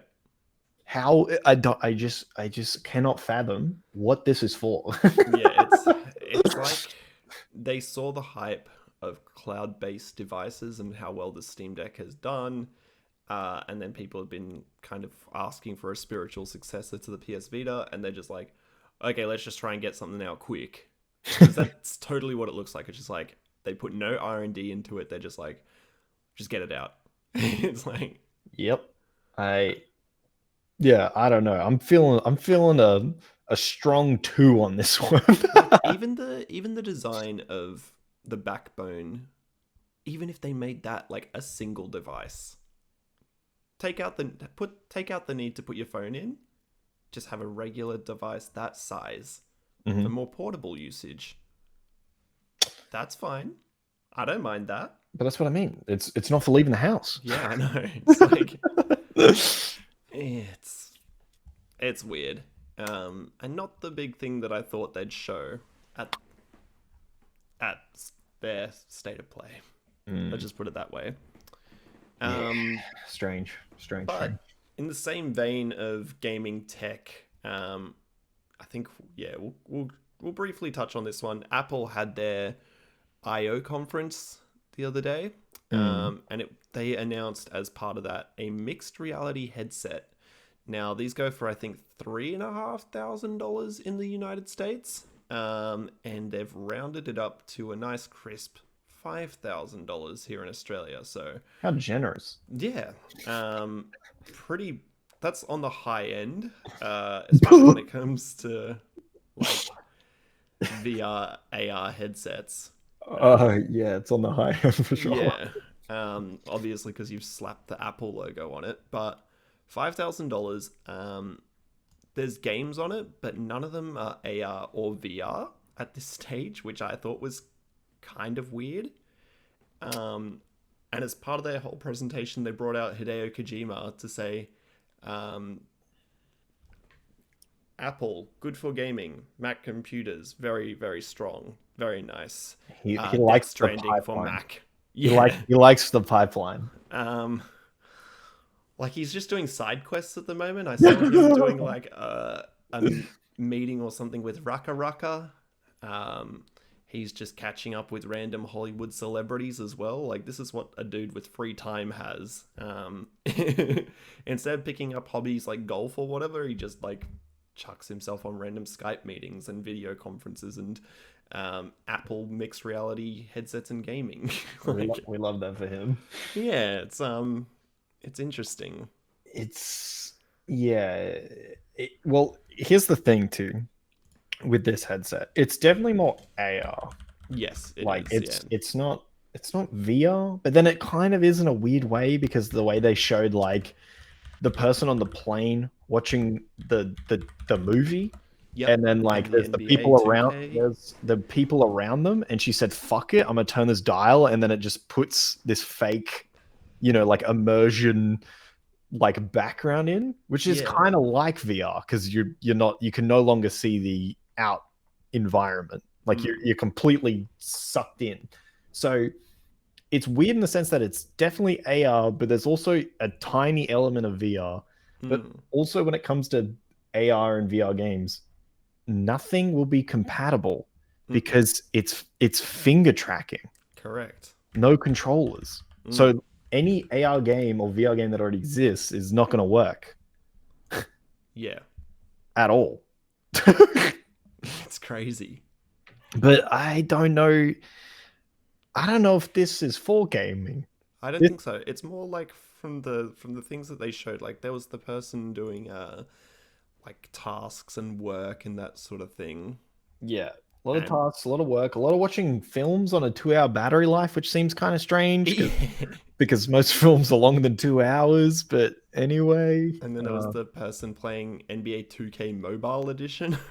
Yeah. Not even like good 2K. That was just the mobile one. Yeah, very weird. But yeah, I don't know. I'm not getting one. Yeah. The one thing that does have going for it, which I think is kind of good, is the form factor. It's sleek. I mean, it sure is one of the better looking headsets, but that's not very hard to beat. Yeah. And I mean, the reason probably for that is the fact that it's mixed reality. So that front lens has to be like a glass look, I guess. But it's not like, it's not real though. Like it's not really see-through. So Yeah. when you were looking at the eyes, so I watched a lot of It's a videos on camera? this today. It's the cameras inside Yeah. capturing your eyes and then putting it forward on the display. Which is why that poor lady looked like semi-cross. Yeah. They Yes. did her dirty on that. Yeah, it looked good. And yeah, I don't know. It's just funny to think like the way that they advertise this too, of just like this fucking dad fucking going to the kid's birthday party with these fucking ski goggles on, being like, yeah, I'm recording in these ski goggles. It's like, Apple, I don't think you no one is wearing these ski goggles at a birthday party to record something. I'm sorry, but it looks stupid as hell. Yeah, no. And the FaceTime AI stuff, weird. Like Yeah. your like as October brings up here, the FaceTime model looks terrifying, like super uncanny valley. But I guess it's better than Zuck's fucking avatars. So yeah, they got something a bit better. Have you guys started taking pre-orders for them yet? brother, I think it was only announced yesterday, but I don't know. I don't know if we're taking pre-orders. I imagine Apple would want to keep the pie to themselves for the moment. Yeah, that's very fair. Because yeah, they typically tend to do that. Interesting. Cool. I think, yeah, to wrap up for this one, because it's been a bit of a longer one, we're going to do some quick Summer Games Fest predictions. So we're going to do, I think, a little bit rapid fire. But if you're wanting to expand on anything where it needs it, feel free. Sure, what do you got? Do you want to kick off? Nah, you kick off. Me? Oh Yeah. my god. Geez, you've got one on the list which I think kind of aligns with mine, and that is the Star Wars game. So, did you that? Oh, that was Ubisoft Star Wars game. So I've got Ubisoft's, but I also have the one from David Cage and his team over at Quantic. Wow, I can't believe you think that'll even get a look in. Why? It's been ages since we've seen anything from that. Well, so when that trailer was put out, Jason Schreier did an article saying, yeah, that thing's like 7 years away. Okay, then okay. You know what? Okay. That's I would be shocked. If that's your Hail Mary, I could understand it. But yeah, let's chuck it out there. Why not? I think Konami and Capcom have been on a bit of a roll recently, and I think they might have something nice to show. Well, that's pretty much like all of mine. Yeah, I think. So I'll run through if you want to cook on yours a little longer. Yeah. So I've got Castlevania is coming back.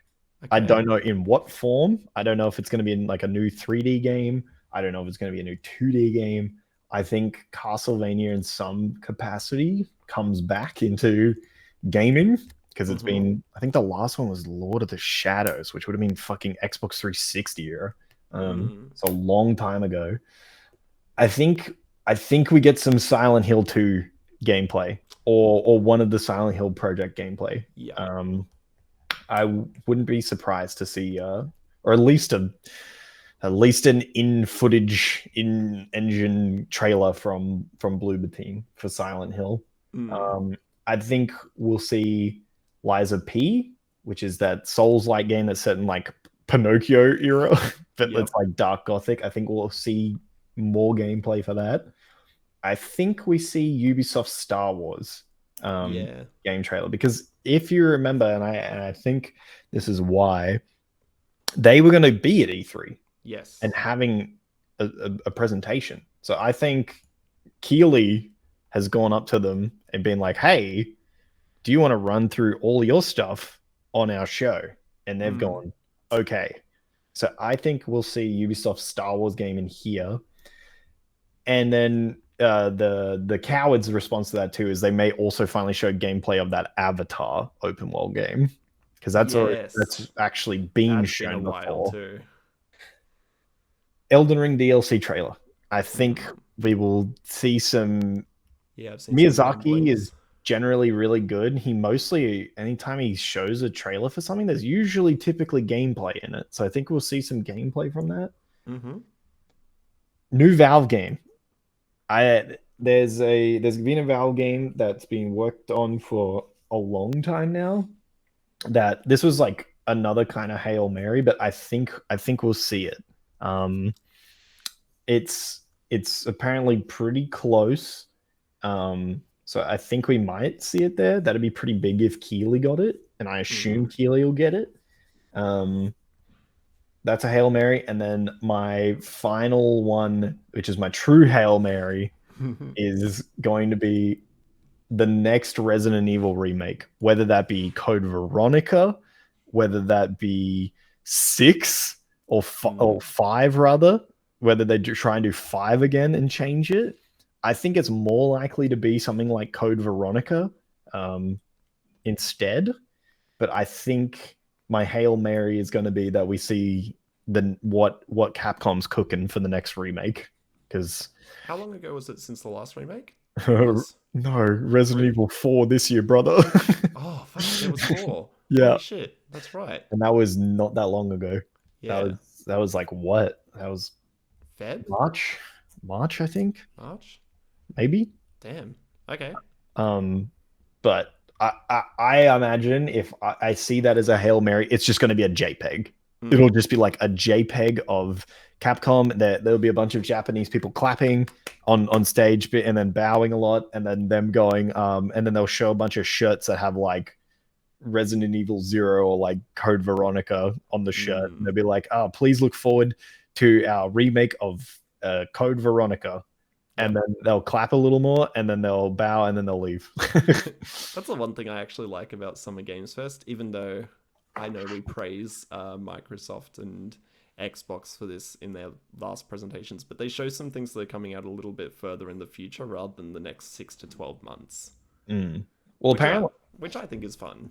Apparently, like there was a really interesting tweet from, I believe it was Aaron Greenberg, about the showcase this year from Xbox and how they're actually wanting to make a kind of a difference in terms of like how they show it because of the backlash from Sony and just being nothing but CG trailers. Yep. Aaron, what did he say? He said essentially kind of, I'm trying to find it, but it's along the lines of now to be like super clear and like clarifying, they are going to be like prefacing what you can expect from the trailer at the start of it. Makes sense. Which is good. I like that. Because it's just like, yeah, I think I think Keeley's done a pretty good job at that in the past in verbally saying it. He always says, "Don't get your hopes up," which I respect. He's always definitely. he's like, calm your expectations. Keeley's a realist. He knows. He does know. Okay, I think I've cooked up a couple. Oh, let's hear the cooking. Skate 4. Oh, good pick. Good pick, actually. Skate 4. I think that one's could be a decent showing because it's been a little bit since it was first announced, and I think we should be getting closer to that one because I know that they've been quietly working on that. They've actually been showing a shit ton of building it footage. Yeah. So they've been working on that one. So obviously we know that one's still in active development, and given that they haven't shown anything for a while, I think we could be getting a bit closer. So I think Summer Games Fest might be the time. Interesting.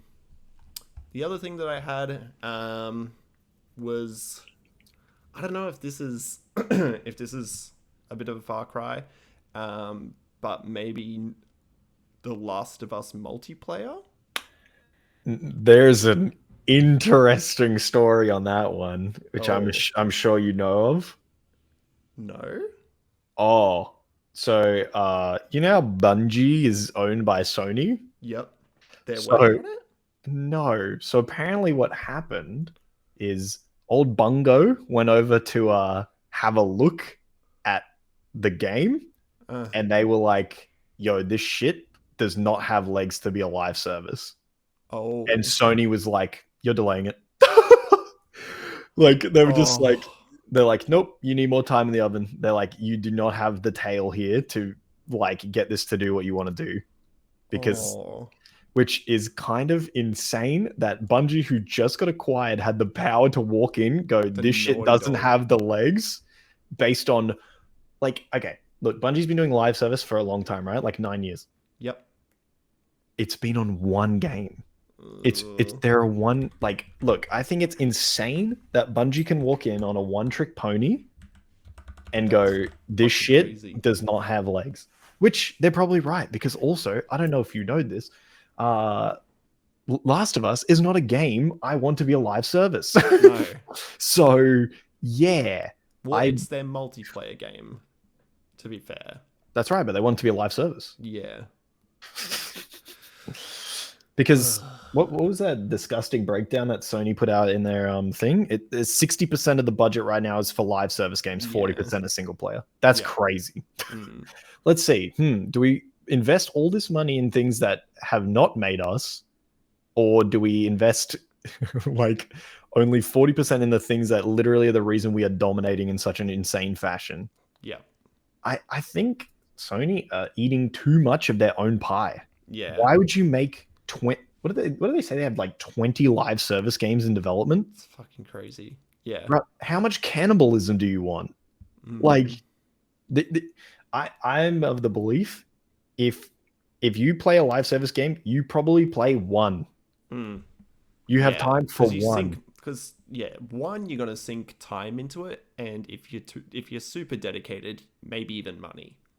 Yes, but it's also just like, how do you have time for more than one live service game? Don't. Like, especially if you're someone who likes to play other games that come out during the year. It's like, imagine if you played like 4 live service games, like dedicated, and then like a single player game comes out, huge open world RPG, and now you're missing, like, now think about all the FOMO shit you're going to be missing from the other 4 live service games you're playing. It's impossible. There is no way some amount of cannibalism doesn't occur. And I don't know what Sony are doing over there, but anyway. I don't know. That's weird. The other things that I have on my list, I think an easy one was Starfield. That's Xbox, and there's a Starfield showcase literally called the Starfield Showcase. How have I missed this shit? Yeah, bro, there's a Starfield Direct. It's literally, you know what? That's an insane prediction. I think you might be on the one. Damn, he's cooked. Damn, my God, he's cooked so insane. Okay. I think I might leave it at that. I don't know. The other one that I had was maybe something from our friends over at Warner Brothers with Suicide Squad. Maybe. Unless that one's been put back in the oven.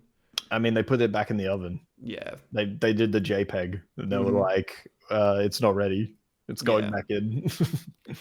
Because, man, I lose track of time these days so easily. But when did we see that presentation?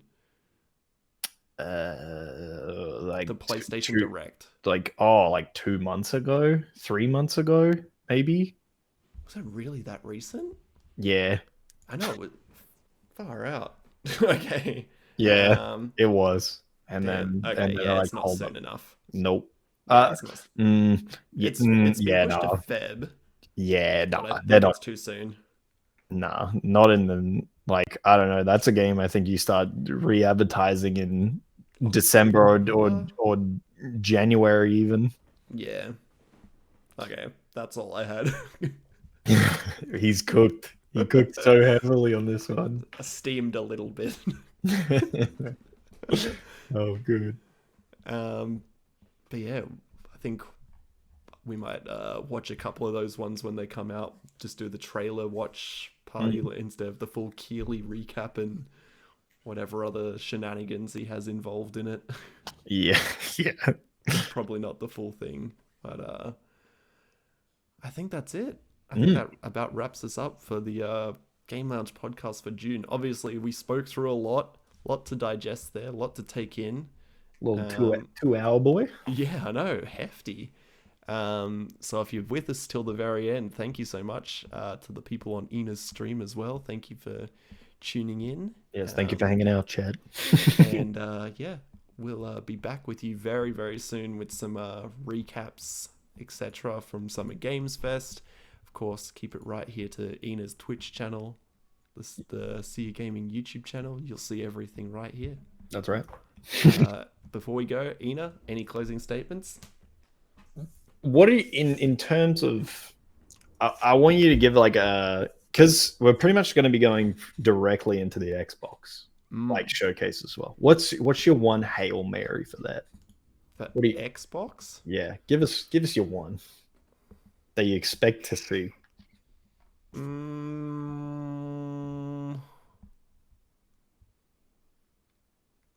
don't know.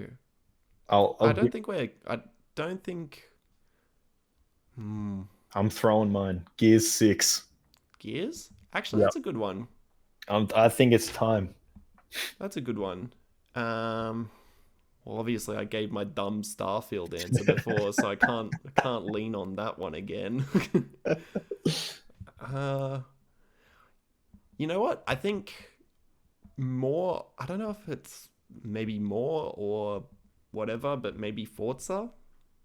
Forza will be there, 100%. Yeah, Forza will be there, but I think they might push it a little bit harder, especially given that Sony's had its big Gran Turismo year. They've got a movie coming out to accompany it. So, True. Who knows? Hell yeah.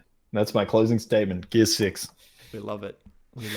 For my closing statement, Starfield. Forward to it. Perfect. I don't know if it's going to be there, man. Might not be. You never know. Ron Howard, get him up. Get him his leather jacket. That's it.